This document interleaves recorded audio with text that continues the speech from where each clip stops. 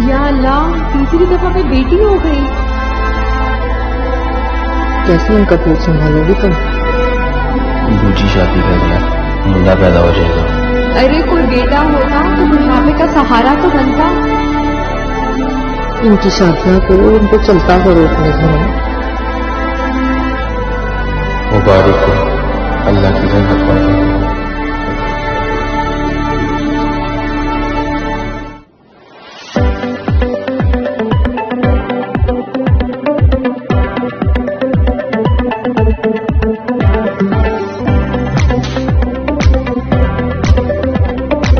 Welcome to astrology. So good morning. सबसे पहले तो ये हमारा पहला ब्लॉग है।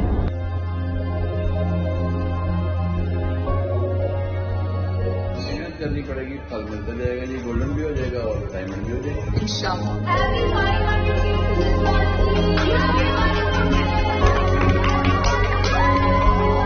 मेरे फादर ने मुझे बहुत सपोर्ट किया। इसे डू व्हाटएवर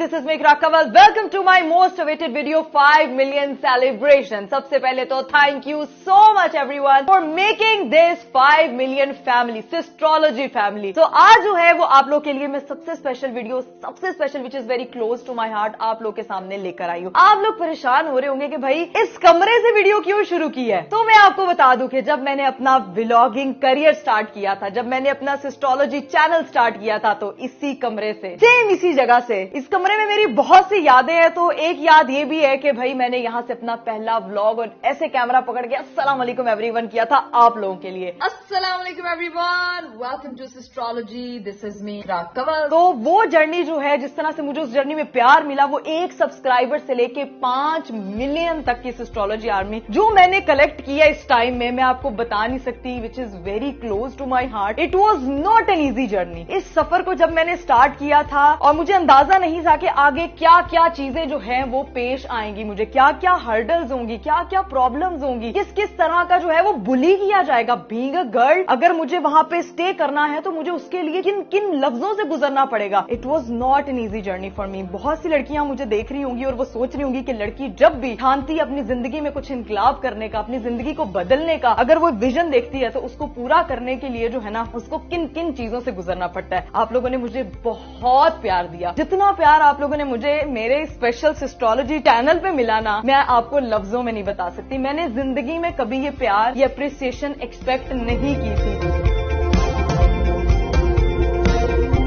सारी जिंदगी सिर्फ यही चीज सुनते आए थे, क्या कर लेंगी, पढ़ के भी क्या करेंगी, क्या ही फर्क पड़ जाएगा, एक चैनल शुरू किया है, व्यूज नहीं आएंगे तो क्या करेंगी। इस तरह के हर तरफ से सवाल। और अगर कोई चीज एक अच्छी पेस पे चलने लग जाए तब ये कैसे कैसे कैसे कर रहे हैं, ये बेटियों को ऐसे आगे लेके आ रहे हैं। मतलब वो चीजें आपके कानों में ना, मैं क्या बोलूं, जहर था। वो ऐसे लगता था जैसे पता नहीं सीसा पिघला के कोई कानों में डाल रहा है। समझ नहीं आ रही थी उन लफ्जों को कैसे दूर किया जाए। जो मुश्किल टाइम में मैं डटी रही, मैंने अपनी हिम्मत नहीं हारी, क्योंकि मेरे साथ मेरा सपोर्ट सिस्टम था, मेरे साथ मेरे पेरेंट्स थे शुरू से लेके। मैंने तो जिंदगी में कुछ वो फेस नहीं किया जो मेरे पेरेंट्स जिन चीजों से गुजरे। बेटियों के माँ बाप होने के नाते उन्होंने क्या क्या चैलेंजेस फेस किए, ये मैं आपको नहीं बता सकती। तो ये इस चैनल को यहां तक पहुंचाने के लिए जो सैक्रिफाइसेस उन्होंने की, हमारी लाइफ में हमें यहां तक पहुंचाने के लिए जो कुर्बानियां उन्होंने दी, जो रीजन है बेसिकली मेरे यहां पे खड़े होने का, सिस्ट्रोलॉजी बनने का, इकरा कंवल के यहां तक पहुंचने का, वो आपको उन्हीं से जो है, उसी रीजन से मैं मिलवाऊंगी। अभी चलते हैं हम उन्हीं के पास और उन्हीं से जानते हैं कि जब उनकी बेटियां पैदा हुई थी उनको क्या क्या सुनने को मिला था और किस किस तरह के जो है वो लोगों ने ताने कसे थे, क्या क्या कुछ नहीं बोला था। अब चलते हैं भाई अपने पेरेंट्स की तरफ, जिन्होंने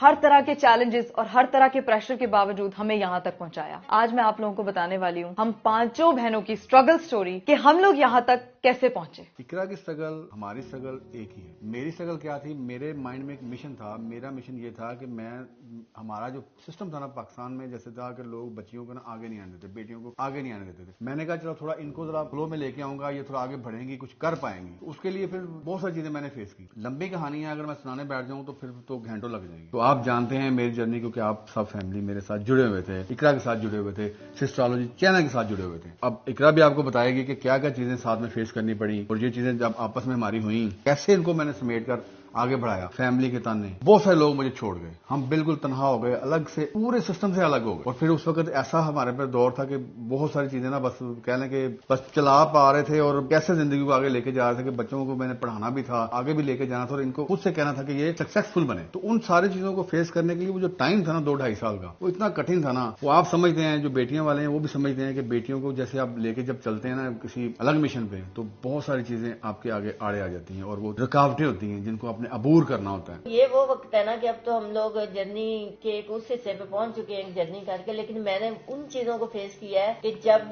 बेटियां पैदा होती हैं तो क्या लोगों का रिएक्शन होता है, क्या माँ की एक फीलिंग होती है, एक औरत की क्या फीलिंग होती है कि जब पैदा बेटी होती है तो माशरे को किस तरह से फेस करना पड़ता है। ये तो मेरे ख्याल से जिनकी बेटियां हैं ना वो सब इस फीलिंग को समझेंगी कि वो भी मेरा ख्याल आज के दौर में अभी भी वो कर रही होंगी इस चीज को फेस, कि पहली बेटी होती, पहली बेटी पे कोई कुछ नहीं कहता, सब खुश होते हैं कि कोई नहीं यार बेटी है, बेटा है, जो भी अल्लाह ने दिया, खुश होते हैं, मुबारक भी देते हैं, मिठाई भी देते हैं बेटी बेटी, क्योंकि वो अवार्ड इकरा को मिला हुआ। जब ये पैदा हुई थी तो सब बड़े खुश हुए थे, लेकिन दूसरी जब होती है फिर भी चलो सो के चलो कोई नहीं बेटी। जब तीसरी होती है ना तो सबके मुंह ऐसे सब अलर्ट हो जाते हैं कि तीसरी भी हो गई है। उनके रिएक्शन थोड़ा आस्ता आस्ता ना चेंज, बिहेवियर चेंज, हर चीज चेंज होना शुरू हो जाती है तीसरी बेटी पे। उस टाइम औरत पता नहीं अपने आप को फिर क्या समझ रही होती है कि पता नहीं मेरे साथ क्या हो रहा है, कि अच्छा हो ही नहीं रहा, तीसरी भी आ गई, अब चौथी ना आई तो पता नहीं मेरा क्या ही बनेगा। कोई खुशी नहीं, बाकी घर वाले जब खुश नहीं होते तो फिर माँ कैसे खुश होगी, वो देखती है कि इनका रिएक्शन ही गलत हो रहा है तो वो खुश नहीं होती। फिर जब हम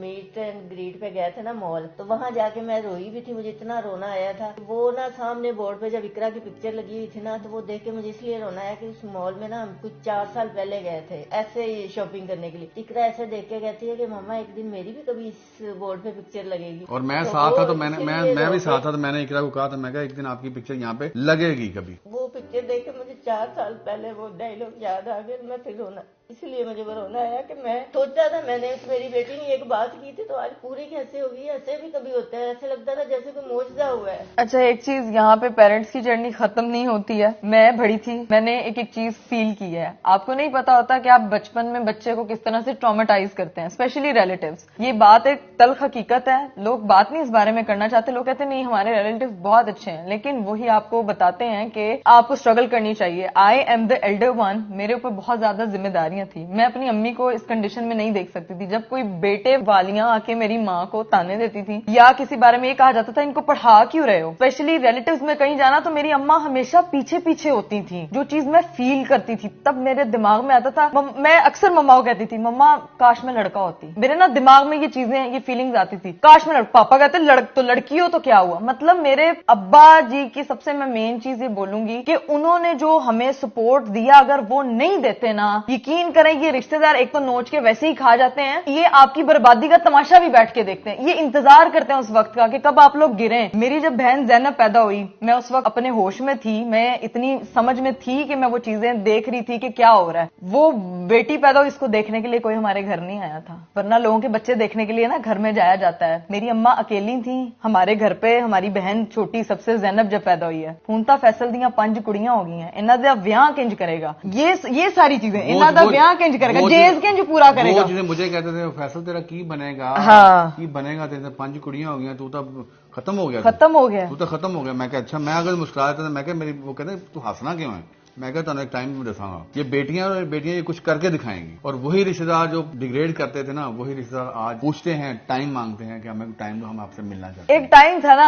जब मिलने के लिए आते नहीं थे, हम लोग इंतजार करते, कोई हमारे घर नहीं आता था। और मैं आपको बता दूं कि मैंने अपना करियर कोई व्लॉगिंग से डायरेक्ट स्टार्ट नहीं किया था। I started my career from television. अपनी मेडिकल की स्टडी के साथ साथ मैंने एक्टिंग में अपने लिए चीजें ढूंढना स्टार्ट कर दी, डिफरेंट चैनल्स में जाना, पापा मुझे साथ लेके जाते थे। उसी ड्यूरेशन में जब मेरा मेरा स्ट्रगलिंग फेज स्टार्ट हुआ, जो मैंने एक्टिंग से, टेलीविजन से अपना करियर स्टार्ट किया, मैंने होस्टिंग भी की, मैंने एक्टिंग भी की, मैंने सिंगिंग भी की। उसी सिचुएशन में मैंने और मेरी बहनों ने मिलके फिर इस चैनल को बनाया जिसका नाम हमने रखा सिस्ट्रोलॉजी, जहां पे हमने बहनों के रिलेटेड कंटेंट, फैमिली के रिलेटेड कंटेंट बनाना स्टार्ट किया, अपने हैप्पी मोमेंट्स लोगों से शेयर करना स्टार्ट किए। चलिए जी गाइस, अब आ चुके हम अपनी बहनों के साथ, जिनसे मिलके हमने इस चैनल को कंप्लीट किया, क्योंकि सिस्ट्रोलॉजी नाम है इकरा, हिरा, फातिमा, राबिया और जैनब का, और यही नाम सिस्ट्रोलॉजी पे हमने कितनी मेहनत की, किस तरह से हमने अपना जर्नी स्टार्ट किया, ये हम सारी बहनों ने बहुत बहुत चैलेंजेस फेस किए, बहुत चीजें फेस की। सबसे पहले टिकटॉक पे वीडियोस बनाने फातिमा आई थी, मैं टेलीविजन में काम कर रही थी, फातिमा अपना सोशल मीडिया पे सबसे पहले इस बंदी ने स्टार्ट किया, इंस्टाग्राम बनाया, चीजें की। बेसिकली ऐसा कोई मेरा एम नहीं था कि मैं कोई सोशल मीडिया इन्फ्लुएंसर या कोई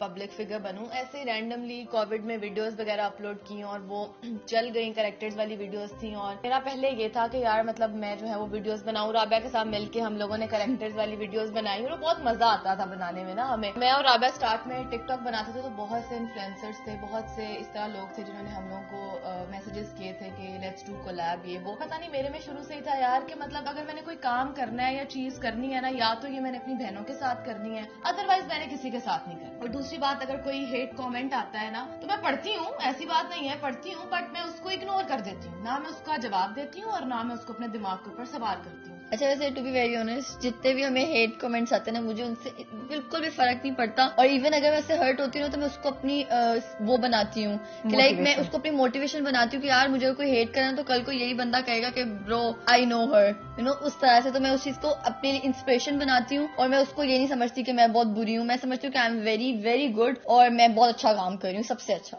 अच्छा, मुझे लगता है कि अगर आपको कोई अपॉर्चुनिटी नहीं दे रहा है, अगर आपको किसी पे डिपेंड होना पड़ रहा है और आप बैठ के बस वेट कर रहे हो कि यार काश काम मिल जाए, काश काम मिल जाए, तो मेरा ये मानना है कि अपने आप के लिए खुद अपॉर्चुनिटी क्रिएट करो, अपना दरवाजा खुद खोलो, अपनी लाइन अलग बना लो। तो हम सब ने भी यही किया है, हमने अपना एक अलग प्लेटफॉर्म पे अपना एक सिस्ट्रोलॉजी चैनल बनाया। So we don't need any production house जो हमें लॉन्च करे या उस तरह से करे, बस हमारा ये चैनल है, this is what we do, और हम इससे मतलब लोगों को खुश कर रहे हैं, लोग हमें देख के एंटरटेन हो रहे हैं, यही हमारी अचीवमेंट है। और इसमें हमने बहुत सारी स्ट्रगल भी काटी है। मुझे वो टाइम याद है जब मैं और आप होस्टिंग करने जाते थे, जो एक साथ सैलरी मिलती थी वो इतनी अच्छी नहीं थी, बट वहां से मैंने टीवी पे बोलना सीखा, मैंने सीखा कि अपने आप को प्रेजेंट कैसे करना है। टू बी वेरी ऑनेस्ट, मुझे ना बोलते हुए फोबिया होता था कि यार मैं कुछ कैमरा फोबिया, हाँ मुझे याद है। मेरे ना समटाइम मैं जब कर रही होती थी ना होस्टिंग, तो मेरी आंखों में आंसू होते थे कि यार this is not what I wanted to do, but फिर भी स्टिल मैंने एक दफा बाबा को बोला, बाबा जी मेरा नहीं करने का दिल नहीं कर रहा। तो पापा ने कहा बेटा आपने हर चीज से सीखना है, ये नहीं कहना कि बस भाग कि उसमें पैसे मिल रहे हैं। हाँ, आपके पास कोई और अपॉर्चुनिटी है तो मुझे बताओ। उससे हमने सीखा और वो चीजें आज लाइफ में इतनी ज्यादा काम आती है ना हम लोगों की, I can't even tell you. तो आपके पास जो भी अपॉर्चुनिटी आए वहां से सीखें और अपनी अपॉर्चुनिटी क्रिएट। और मुझे ये भी याद है हम दोनों ने एक ड्रामे में इकट्ठे एक्टिंग भी की थी और इतू सा रोल था सच में। और उस रोल के बाद जब मैं यूनिवर्सिटी गई और मुझे ना 2-3 मेरे सीनियर्स थे, उन्होंने आके मेरे साथ पिक्चर्स ली और मेरे ना क्लास फेलो मुझ पे हंस रहे हैं कि हाँ इसके साथ पिक्चर्स लेंगे अब। हाँ। और उस टाइम पे मुझे था बेटा अब तो मैं और आज वही फैंस हैं। वही ना, अब मुझे उनके मैसेजेस आते यार हमारे साथ एक वीडियो बना लो, तुम हमारी क्लास फेलो रह चुकी हो। मैंने कहा एक्सक्यूज मी, मैं अभी भी उस सबके साथ सेम मिलती हूँ, मुझे कोई वो नहीं है कि यार कौन ऐसे कौन बदल गया, किसने कैसा बिहेव किया। और याद है मैंने जब पहली बार एक चैनल के मॉर्निंग कॉन्टेस्ट में ना मॉडलिंग कॉन्टेस्ट हुआ था, मुझे बिल्कुल वॉक नहीं आती थी, मतलब मॉडल कैसे बनना है मुझे बस शौक था। मैं वो कॉन्टेस्ट विन कर गई, मेरी फैमिली उस वक्त टीवी में मुझे देख रही थी। जिस दिन इसका फिनाले था ना उसकी रात को आके मुझे कह रही है हिरा मुझे मॉडलिंग सिखाना अभी ऐसे चलो। और अभी भी पता है लोग वो क्लिप्स निकाल के दिखाते हैं ना, तो लोग अप्रिशिएट करने के लिए लोग दूसरे में लेते हैं, अच्छा ये वो, और वो सब देखते पहले ये करती तो भाई का काम कैसे करना है, ऐसे ही करना है ना, आहिस्ता आहिस्ता करके बिल्डअप करते हैं। इस पे प्राउड है। इतने लोग जब भी मैं किसी इंटरव्यू में जाती हूँ, वैसे ज्यादा गई नहीं हूँ, लेकिन जब भी गई ना तो लोग कहते हैं कि तुम्हारी सबसे बड़ी इंस्पिरेशन कौन सी है। तो मैं कहती हूँ मेरी फैमिली और मेरी बहनें इंस्पिरेशन है, क्योंकि वो लोग मैं उनको देख रही हूँ बचपन से भी नहीं, मतलब जब मैं कोई थी छोटी तब से उनको हाँ, क्योंकि ज़ैनब की सारी जर्नी रिकॉर्ड है ब्लॉग में। बाजी नहीं तो मैं तब से ब्लॉगिंग करते रहती हूँ, इसलिए मैंने अपना खुद का चैनल बनाया, खुद ब्लॉगिंग स्टार्ट की। मतलब मेरे लिए तो एक मेमोरी है ना, क्योंकि बचकर पगड़ी बुलाएगी क्या हमारे लिए सबसे चैलेंजिंग चीज ये थी कि सब मेल फेमस यूट्यूबर्स में फीमेल्स जब आई तो वो बहुत मुश्किल था। प्राउड मोमेंट है हमारा। वो हमारे लिए अभी मुझे इतना अच्छा फील होता है कि we are the only one. हमारा इस तरह से ये जर्नी स्टार्ट हुआ कि सारे फेमस यूट्यूबर्स में अगर कोई फीमेल स्टैंड करती है, हालांकि बहुत चैलेंजेस